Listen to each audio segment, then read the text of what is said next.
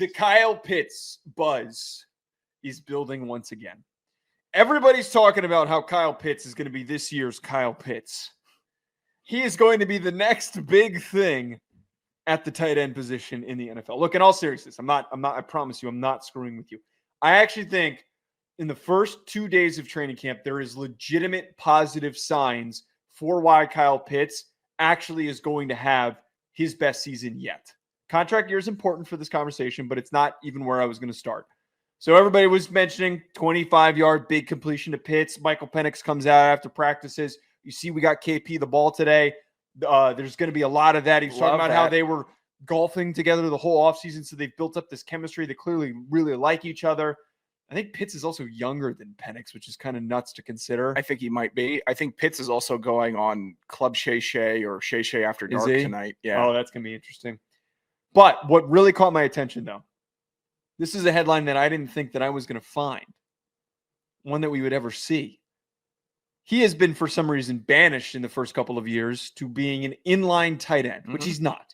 He is a big, monstrous receiver that can be a box-out monster in the red zone and can completely dominate against DBs out of the slot and also out wide.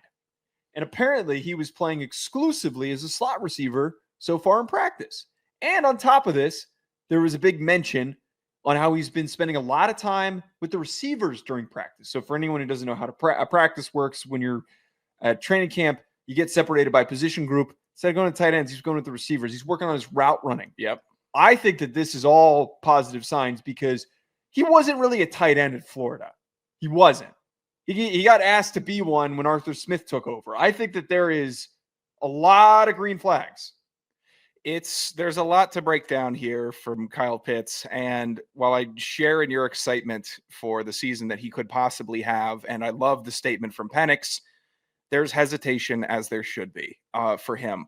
Firstly, Atlanta wasn't in pads today. And I would hope that if they're not in pads, then your receiving tight end is working predominantly with the wide receivers, working on routes, getting crispy, working on that aspect of the game. Whereas when they put the shells on or they decide to go full bullet, he'll probably be on the line at times blocking. And also, the nerve of you to say that, an NFL coach putting him as an inline tight end it was a mistake. That's an NFL coach you're talking about. That's Arthur Smith. He knew what he was doing, having Kyle Pitts block and throw the ball to Michael Pruitt. Well, that's my whole point. Yes. I had you on the line there for a second. It was his big decoy. Decoy. We're playing decoy with the guy that literally anybody else should be decoying for. And that can't happen in Atlanta anymore. Kyle Pitts is at his best when he gets targeted early in drives. On drives where Atlanta scored last year, you saw at least an effort to get the biggest, not focal point of the offense involved. At least target him. At least get him a 5-yard completion. It throws the entire defense out of whack because they don't know what to do with him.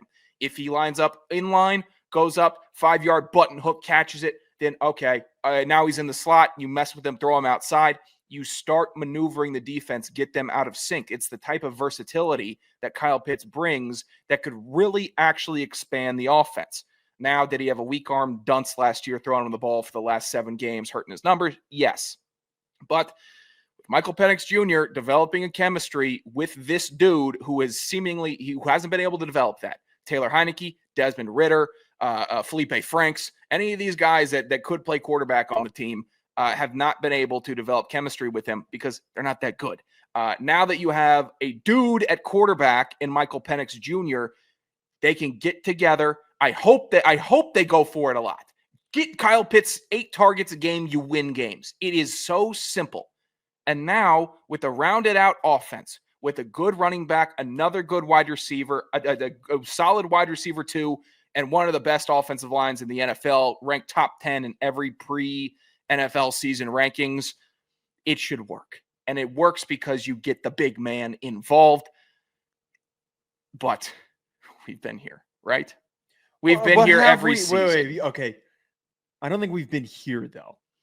God, it's such an insane statement. But you're not wrong, but we've been here. Optimistic, ambiguous statement of we haven't been in this situation. I feel like this is at least some sort of a breath of fresh air, that you're hearing the priority is that this guy can be an offensive weapon. He can just be a big target for us. Yeah. He should be your slot receiver. That'd be awesome. But I don't want to take that many targets away from Ray though. Ray ain't 6'6" and run a 4.4. Ray's not doing any of that. Ray does he have a 1,000-yard season under his belt? I don't believe so. No, he does not. There is, I think, a legit world to feel that the optimism is real, because I feel like all we heard, and maybe I'm missing something because you're an actual Falcons fan, I'm going from the broad NFL perspective. Mm-hmm. I feel like all we heard early on was how he was getting developed, and the idea was for him to be a traditional tight end. Yes. That was, again, literally what Arthur Smith was trying to, even as a draft prospect, it was talked about like trying to get him up to speed to be somebody who's attached to the line of scrimmage. And that was never going to be him. He's too lean. He's way too lean. He's skinny. He's like Kevin Durant. Obviously scaled down, but he's much thicker than that. If Kevin Durant was scaled down and was a football player, Kyle Pitts would be, obviously not production wise. Do not take this out of context, but for size and body composition, Kyle Pitts is the Kevin Durant of the NFL with the long wingspan, not physical, deep bag. Comp. How is it an awful comp? What other lanky outlier player could you name? Because he's not Randy Johnson lanky. He's Kyle Pitts, 50 pounds. He's got the longest wingspan in the NFL. But he's 250 pounds. He's 6'6". Dude, he's got like a six-pack. Like 190. Yeah, for the NBA, nobody's 250 in the NBA. They're all 6'10", and nobody's 250. But he's built like Draymond. Who is? Kyle Pitts? Yes, in real life. But I'm saying, if you contextualize the way that Kevin Durant is built in basketball, in the way that Kyle Pitts is built in football, just because your brain can't comprehend nonlinear thinking. No, I just don't think you know how to body type. It's exactly the body type of Kevin Durant in the NBA is the body type of Kyle Pitts in the NFL. When I watch, they're both lanky outliers. They don't look anything like one another. They don't have to, but in their respective sports, they are the lanky outlier. Oh my God. It's not a parallel. It's just an observation. I don't see the observation though. It's okay. You want him to be an all-time great, so you're trying to compare him to Kevin Durant. I get it. It's fine. You want to find a way. I got told I was going to get gaslit in this segment. I'm letting it happen. You know what? Nice. I just realized what we're getting to next. Don't worry, man.